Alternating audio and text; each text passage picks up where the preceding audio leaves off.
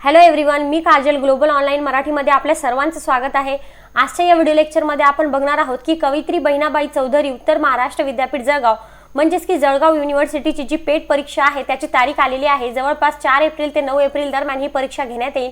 मित्रांनो, पेट परीक्षेच्या पॅटर्ननुसार जो मॅथमॅटिकल रिझनिंग नावाचा एक इम्पॉर्टंट युनिट आहे त्या युनिटवरती आपण एक लेक्चर सिरीज स्टार्ट केलेली आहे। आजचा आपला 11वा लेक्चर आहे आणि आजच्या टॉपिकचं नाव आहे लॉजिकल रिझनिंग टेस्ट। बऱ्याच अशा विद्यार्थ्यांना लॉजिकल रिझनिंग हा टॉपिक अवघड जातो। तर मित्रांनो, लेक्चर पूर्णपणे बघा, कारण की या टॉपिकवरचे असणारे तुमचे सर्व डाउट्स आजच्या या व्हिडिओ लेक्चरमध्ये क्लिअर होतील। आजच्या लेक्चरला सुरुवात करण्याअगोदर तुम्हाला एक महत्त्वाची गोष्ट सांगू इच्छिते की जे विद्यार्थी पेट परीक्षेची तयारी करत आहात त्यांच्यासाठी एक अनाउन्समेंट आहे की आम्ही पेपर 1 साठी कंप्लीट कोर्स लॉन्च करतोय। या पेपर 1 च्या कंप्लीट कोर्समध्ये आम्ही तुम्हाला प्रोव्हाइड करणार आहोत full syllabus video lectures, full syllabus notes, 20 full syllabus test series, complete guidance. तर मित्रांनो, या व्हिडिओ लेक्चर्समध्ये प्रत्येक टॉपिक हा एक्सप्लेन केलेला आहे, नोट्समध्ये प्रत्येक टॉपिक हायलाइट केलेला आहे आणि 20 टेस्ट सिरीज तुम्हाला याच्यासाठी दिल्या जात आहे की टेस्ट सिरीजमुळे काय होईल की तुमची भरपूर प्रॅक्टिस होईल आणि तुम्हाला समजेल तुमची किती प्रिपरेशन झालेली आहे। कंप्लीट गायडन्स देखील तुम्हाला या ठिकाणी मिळेल। तर हा कंप्लीट कोर्स जॉईन करण्यासाठी खाली दिलेल्या नंबरवरती व्हॉट्सअप थ्रूही तुम्ही कॉन्टॅक्ट करू शकता। याची फीस आहे ती फक्त 499 रुपये। मित्रांनो, हा कंप्लीट कोर्स तुम्ही नक्कीच घ्या। जर तुम्ही या कोर्सनुसार अभ्यास केला तर राहिलेल्या दिवसात तुम्ही सर्व अभ्यास याचा कव्हर करू शकता। तर्कशास्त्री युक्तिवादावर आधारित प्रश्न म्हणजेच की लॉजिकल रिझनिंग। लॉजिकल रिझनिंग मध्ये टोटल 3 प्रकार पडतात। पहिला आहे कार्यकारणभाव चाचणी, दुसरा आहे व्हेन आकृत्यावर आधारित प्रश्न आणि तिसरा आहे वस्तुस्थिती व्यक्तिगत मत ओळखणे। तर या ठिकाणी जो पहिला प्रकार आहे कार्यकारणभाव चाचणी, यामध्ये तुम्हाला एक विधान दिलेलं असतं।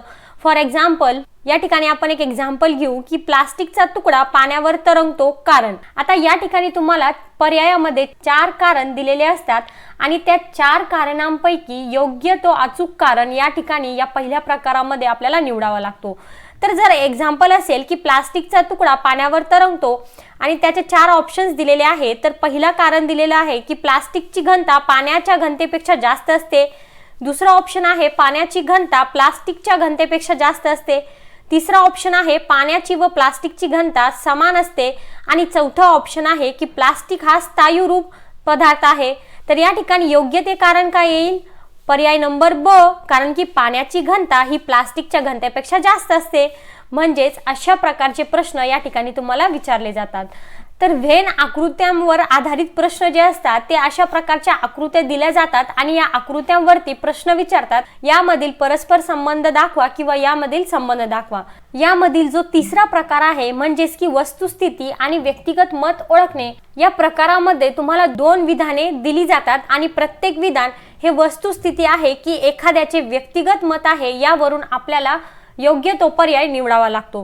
तर या ठिकाणी तुम्हाला 4 पर्याय दिले जातात की पहिला जर वस्तुस्थितीवर आधारित असेल तर दुसरा व्यक्तिगत मत असेल, किंवा दुसरा जर वस्तुस्थितीवर असेल तर पहिला व्यक्तिगत मत असेल आणि तिसरा पर्याय दिलेला जातो की 1 आणि 2 दोन्ही वस्तुस्थितीवर आधारित आहे किंवा दोन्ही पण व्यक्तिगत मतावरती आधारित आहे। तर अशा प्रकारचे प्रश्न यामध्ये विचारले जातात। तर हे 3ही प्रकार आपण स्टेप बाय स्टेप पद्धतीने बघणार आहोत। चला तर सुरू करूया आपला आजचा व्हिडिओ लेक्चर। पहिला प्रश्न हा पूर्णपणे कार्यकारणभाव चाचणीवरती आधारित आहे। प्रश्न आहे, मी मद्यपान करत नाही कारण। आता या ठिकाणी तुम्हाला 4 पर्याय दिलेले आहे आणि या 4 पर्यायापैकी योग्य तो अचूक कारण या ठिकाणी आपल्याला निवडायचा आहे। तर पहिलं कारण आहे की माझ्याकडे तेवढी रक्कम नाही। तर दुसरा पर्याय आहे की मी मद्यपान करत नाही कारण मला त्याचा वास आवडत नाही। तर तिसरं कारण आहे की मी मद्यपान करत नाही कारण ते स्वास्थ्यास हानिकारक आहे। तर चौथं आहे की मी मद्यपान करत नाही कारण मला वडील रागवतात। तर या ठिकाणी बघा, योग्य तो कारण येईल की ते स्वास्थ्यास हानिकारक आहे, कारण की मद्यपान करणे हे खरंच स्वास्थ्यास हानिकारक आहे।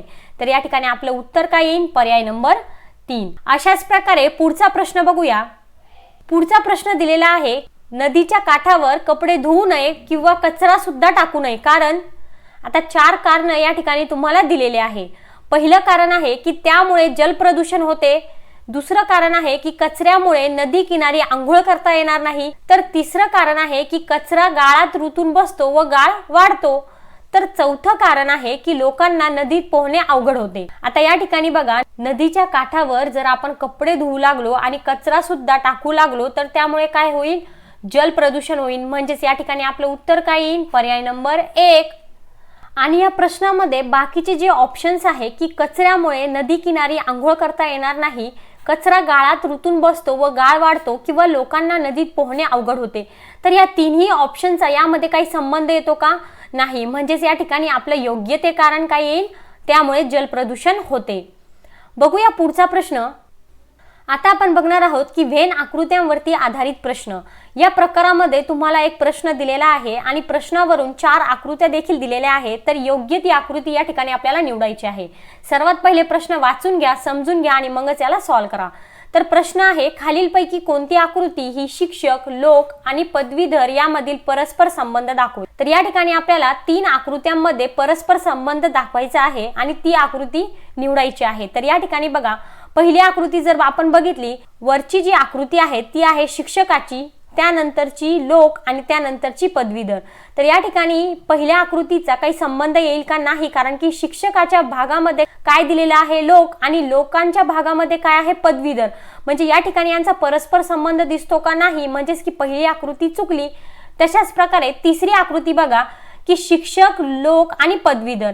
या ठिकाणी शिक्षकाचा विभाग मोठा दिला आहे आणि लोक आणि पदवीधर एकत्र दिलेले आहे, म्हणजेच यांचा सुद्धा परस्पर संबंध दिसतो का? नाही, ही सुद्धा आकृती चुकली.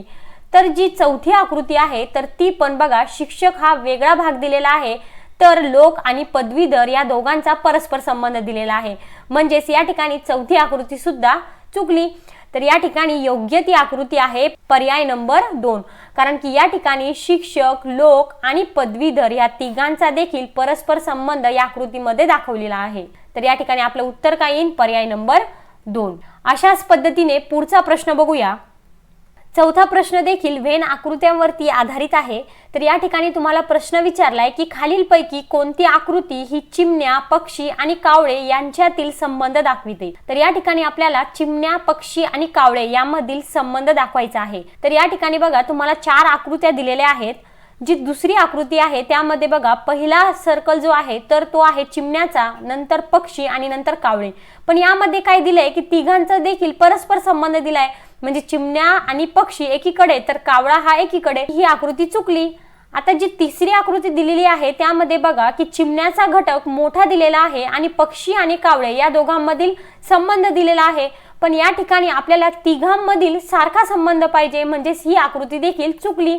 तर तशाच प्रकारे जी चौथी आकृती आहे त्यामध्ये तर कोणताच संबंध दिसून येत नाही, म्हणजेच या ठिकाणी जी पहिलं ऑप्शन आहे तर ते बरोबर आहे, कारण मोठं सर्कल आहे चिमण्यांचं, कारण की चिमण्या म्हटलंय म्हणजे खूप साऱ्या चिमण्या. तर नंतर आहे पक्षी आणि नंतर आहे कावळे, कारण की हे तिन्ही पक्षी एकमेकांपासून कसे आहे? वेगवेगळे. पर्याय 1 मध्ये या तिन्ही पक्ष्यांमधील संबंध दिसून येतो. तर या ठिकाणी आपलं उत्तर येईल पर्याय नंबर 1. पाचव्या प्रश्नामध्ये तुम्हाला 2 विधान आणि 2 निष्कर्ष दिलेले आहेत. पहिलं विधान आहे सर्व पुस्तके वह्या आहेत. दुसरं विधान आहे सर्व वह्या खडू आहेत. पहिला निष्कर्ष आहे काही खडू पुस्तके आहेत, तर दुसरा निष्कर्ष आहे काही पुस्तके खडू आहेत. तर या ठिकाणी बघा, या प्रश्नावरून तुम्हाला हे 4 ऑप्शन्स दिलेले आहे.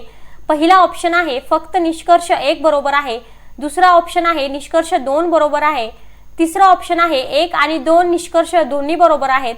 तर चौथा पर्याय आहे की 1 व 2 दोन्ही निष्कर्ष चुकीचे आहे. तर या ठिकाणी बघा, या प्रश्नाला जर व्यवस्थितपणे बघितलं आणि योग्य तो तर्क लावला तर या प्रश्नाचं योग्य ते उत्तर येईल पर्याय नंबर 1.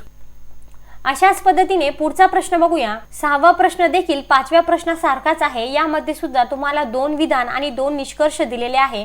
पहिला विधान आहे सर्व भारतीय पदवीधर आहेत. दुसरा विधान आहे सर्व पदवीधर पुरुष आहेत. पहिला निष्कर्ष आहे सर्व भारतीय पुरुष आहेत, तर दुसरा निष्कर्ष आहे सर्व पुरुष भारतीय आहेत. आणि या प्रश्नावरून तुम्हाला 4 ऑप्शन्स दिलेले आहे. पहिला ऑप्शन आहे फक्त निष्कर्ष 1 बरोबर आहे. दुसरा ऑप्शन आहे फक्त निष्कर्ष 2 बरोबर आहे. तिसरा ऑप्शन आहे 1 आणि 2 दोन्ही निष्कर्ष बरोबर आहेत. तर चौथा ऑप्शन आहे की 1 व 2 दोन्ही निष्कर्ष चुकीचे आहे. तर या ठिकाणी या प्रश्नाला योग्य तो तर्क लावला तर या ठिकाणी याचं उत्तर येईल पर्याय नंबर 1, म्हणजेच की सर्व भारतीय पुरुष आहेत. बघूया पुढचा प्रश्न. आता आपण बघूया लॉजिकल रिझनिंगचा तिसरा प्रकार, म्हणजेच की वस्तुस्थिती आणि व्यक्तिगत मत ओळखणे. तर या प्रकारामध्ये तुम्हाला 2 विधान दिलेले असतात आणि 2 विधानांपैकी कोणताही विधान वस्तुस्थितीवरती असू शकतो किंवा व्यक्तिगत मतावरती असू शकतो.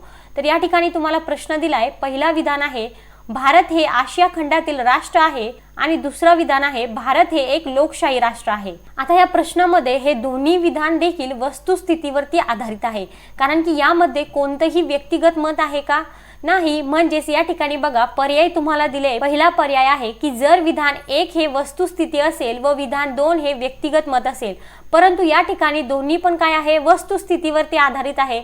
म्हणजेच पहिलं ऑप्शन चुकलं। दुसरं ऑप्शन आहे की जर विधान 2 हे वस्तुस्थितीवर असेल आणि विधान 1 हे व्यक्तिगत असेल, म्हणजेच या ठिकाणी दुसरा पण पर्याय चुकला। तर तिसरा विधान आहे की विधान 1 व 2 हे दोन्ही पण वस्तुस्थितीवरती आधारित असतील।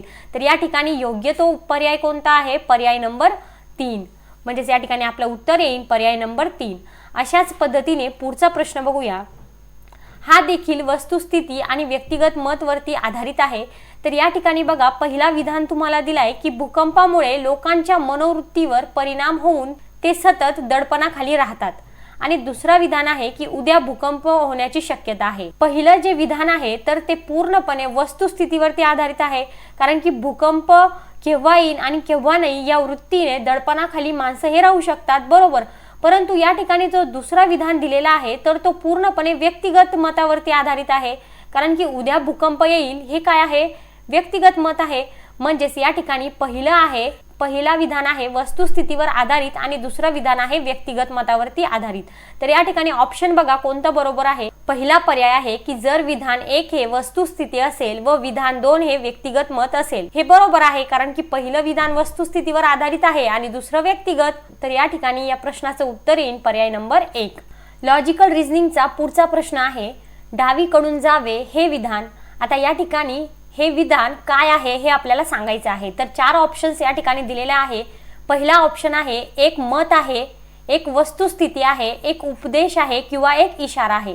तर या ठिकाणी बघा डावीकडून जावे हे एक उपदेश आहे, म्हणजेच या ठिकाणी आपलं उत्तर येईल पर्याय नंबर 3। अशा प्रकारे याला आपण तर्क लावून सॉल्व करू शकतो। पुढचा प्रश्न आहे 10वा प्रश्न अतिशय सोपा आहे, फक्त व्यवस्थितपणे वाचून घ्या आणि मग याला सॉल्व करा। तर या ठिकाणी बघा प्रश्न दिलेला आहे अनन्या व कृष्णा इंग्रजीत बोलू शकतात व इंग्रजीचा वापर करतात। बुलबुल अर्चना सारखे हिंदी बोलू व लिहू शकते। अर्चना अनन्यासोबत बंगालीमध्ये बोलते, कृष्णाला बंगाली समजत नाही। बुलबुल अनन्यासोबत हिंदीत बोलते, तर यापैकी कोणाला हिंदी, बंगाली आणि इंग्रजी बोलता येते व समजते। आपण स्टेप बाय स्टेप पद्धतीने लिहून घेऊ की कोणाला कोणती भाषा बोलता येते। तर या ठिकाणी बघा पहिली आहे अनन्या आणि कृष्णा। तर अनन्या आणि कृष्णा यांना इंग्रजीत बोलता येते, बरोबर। तर बुलबुल आणि अर्चना हिंदी बोलू शकतात, म्हणजेच की बुलबुल आणि अर्चना हिंदी बोलू शकतात। आणि पुढे ते म्हणतात की अर्चना अनन्यासोबत बंगालीमध्ये बोलते, म्हणजेच की अर्चना अनन्यासोबत बंगालीमध्ये बोलते, बरोबर। आता पुढे ते काय म्हणतात की कृष्णाला बंगाली समजत नाही, म्हणजे त्याला बंगाली बोलता येईल का, नाही। तर बुलबुल अनन्यासोबत हिंदीत बोलते। बुलबुल अनन्यासोबत हिंदी बोलते म्हणजे काय की अनन्याला सुद्धा हिंदी बोलता येते। तर या प्रश्नामध्ये आपल्याला विचारलंय काय की कोणाला हिंदी, बंगाली आणि इंग्रजी बोलता येते। तर या ठिकाणी बघा अनन्या हिला इंग्लिश बोलता येते, हिंदी बोलता येते आणि बंगाली सुद्धा बोलता येते। तर या ठिकाणी आपलं उत्तर काय येईल, पर्याय नंबर 3। अशाच पद्धतीने आजचा आपला लेक्चर इथे संपलेला आहे। व्हिडिओ आवडला असेल तर लाईक करा, शेअर करा। काही प्रश्न असतील तर कमेंट सेक्शन मध्ये नक्कीच विचारा। धन्यवाद।